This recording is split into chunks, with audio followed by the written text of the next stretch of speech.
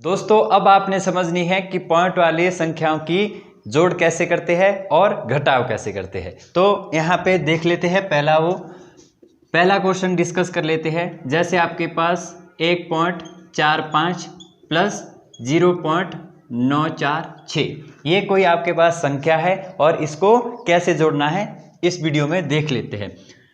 तो 1.45 उसके बाद आपका 0.946। तो दोस्तों आपने पॉइंट वाली जोड़ जब भी करनी है इस बात का ध्यान रखना है कि जब भी संख्या जोड़ोगे तो आपका जो ये दशमलव है वो एक सीध में आना चाहिए। तो यहाँ पे संख्या आ जाएगी। और दूसरी बात कि जब भी आप पॉइंट वाली संख्या देखते हो तो यहाँ पे पॉइंट के बाद आप कितनी भी जीरो लगा सकते हैं। पॉइंट से पहले और बाद में आप अपनी मर्जी से कितनी ही जीरो लगा सकते हैं, ये बात आपने ध्यान रखनी है। तो यहाँ पॉइंट के बाद मैंने जीरो ऐड कर दी अपनी मर्जी से, ये आप भी कर सकते हैं। तो यहाँ पे जीरो में 6 जुड़ा और हमने अभी डिस्कस किया था कि जीरो जुड़ने से संख्या के ऊपर कोई परिवर्तन नहीं होता है। तो ये जोड़ का कंसेप्ट है। तो जीरो में जब आपका 6 जुड़ा तो वो 6 बना। उसके बाद 5 और 4 9, इधर 4 और 9 13, 13 का 3 और हासिल 1। इसके बाद सीधा ये पॉइंट सीध में नीचे आपने इस बात का ध्यान रखना है कि पॉइंट वाली संख्या जब भी आप जोड़ते हो आपने ध्यान क्या रखना है कि ये जो दशमलव है, ये जो पॉइंट है वो एक सीध में आना चाहिए, यानी आपका यहाँ पे पॉइंट आ गया। उसके बाद 1 और 1 हासिल बची हुई थी तो 1 और 1 2। तो दोस्तों आपका जो आंसर है वो 2.396 निकल के आ गया। आपने ध्यान क्या रखना है कि जब भी आप इनको जोड़ते हो तो दशमलव एक सीध में आना चाहिए। अगले एग्जाम्पल को डिस्कस कर लेते हैं। जैसे हमारे पास जैसे ये संख्या है 459.64 और इसमें आपने 1.369 ये संख्या ऐड करनी है। तो दोस्तों जैसे हमने अभी तक डिस्कस किया कि इसको करना कैसे है कि ये जो आपका पॉइंट है वो एक सीध में होना चाहिए। तो यहाँ पे 459.64 आपने लिखा और उसके बाद जब इसमें 1.369 लिखा तो ये पॉइंट बिल्कुल सीध में आना चाहिए। बस आपने इस चीज़ का ध्यान रखना है। और दोस्तों पॉइंट के बाद आप जीरो लगा सकते हैं। पॉइंट के बाद या पॉइंट से पहले अगर आपने जीरो ऐड करनी हो तो आप अपनी मर्जी से कर सकते हैं। तो यहाँ पे जीरो में आपका 9 ऐड हुआ तो आपका 9 रहा। उसके बाद 4 और 6 10 और हासिल 1, 6 और 3 9 और 1 हासिल थी तो वो 10 बना। उसके बाद हासिल फिर 1 लगी और पॉइंट बिल्कुल नीचे सीध में। इसके बाद 9 और 1 10, 1 हासिल थी 11, 5 और 1 हासिल 6 और यहाँ पे 4। तो आपका 461.009 ये आपका फाइनल आंसर आया। तो उम्मीद करता हूँ कि आपको ये जोड़ समझ आई हो। इसके बाद इसकी घटाव देखते हैं कि घटाव कैसे करनी है। तो दोस्तों पॉइंट वाली जोड़ और घटाव में कोई अंतर नहीं है। जैसे आप सिंपल संख्या का घटाव करते हैं इसमें भी आपने सेम संख्या का घटाव करना है। समझना क्या है कि आपका पॉइंट एक सीध में होना चाहिए जैसे प्लस में किया।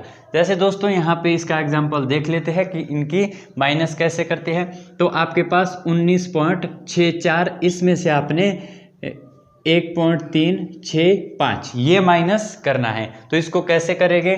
तो सबसे पहले आपने 19.64 लिखा, उसके बाद आपने 1.365 ये संख्या लिखी।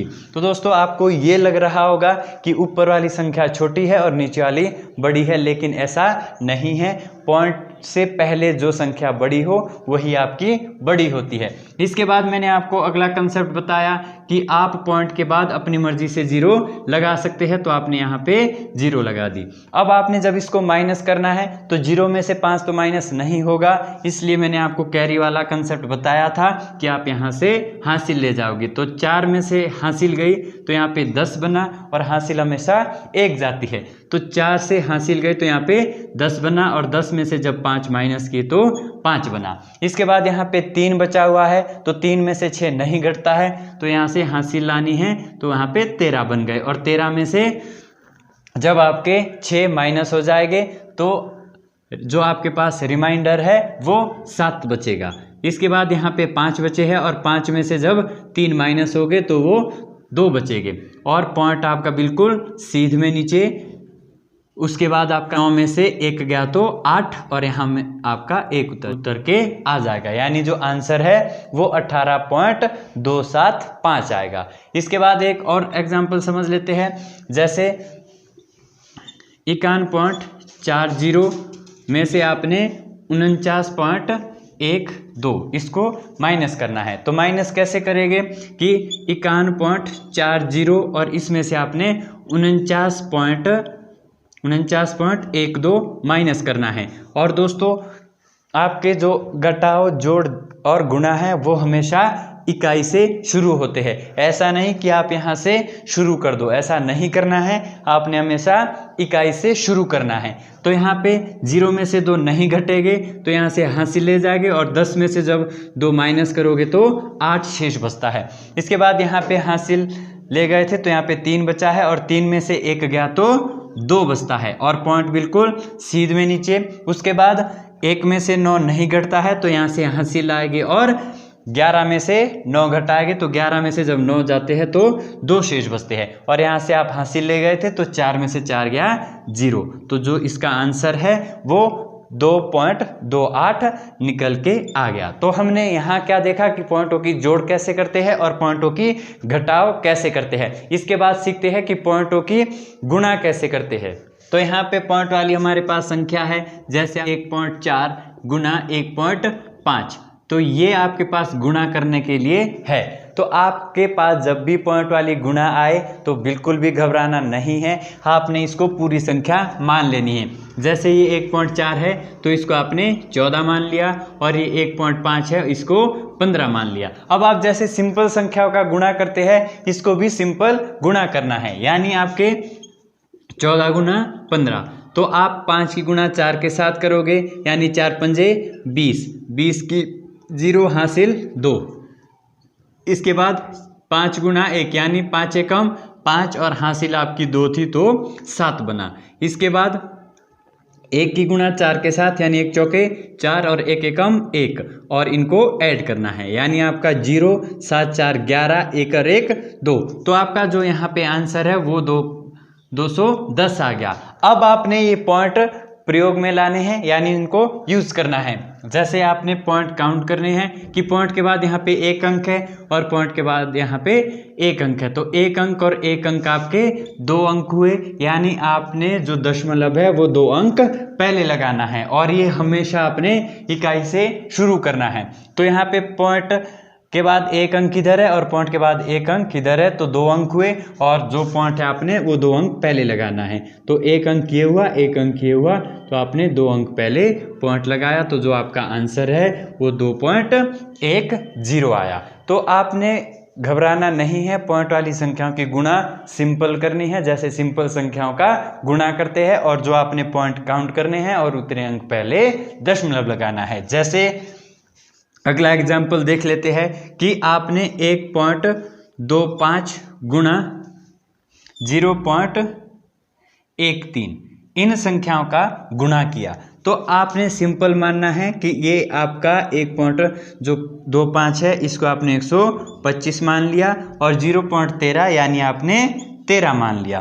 तो इन संख्याओं का जब आप गुणा करोगे, जैसे सिंपल संख्याओं का गुणा करते हैं वैसे ही करना है, तो आपका 125 गुणा 13 आ जाएगा। अब आपने 3 का पहले 5 में गुणा करना है, यानी 3 पंजे 15 और हासिल 1। इसके बाद 3 की गुणा 2 के साथ, यानी 3 दूना 6 और हासिल 1 थी तो ये 7, 3 दूना 6 और हासिल 1 थी तो ये 7 बना। इसके बाद 3 की गुणा 1 के साथ, यानी 3 एकम 3।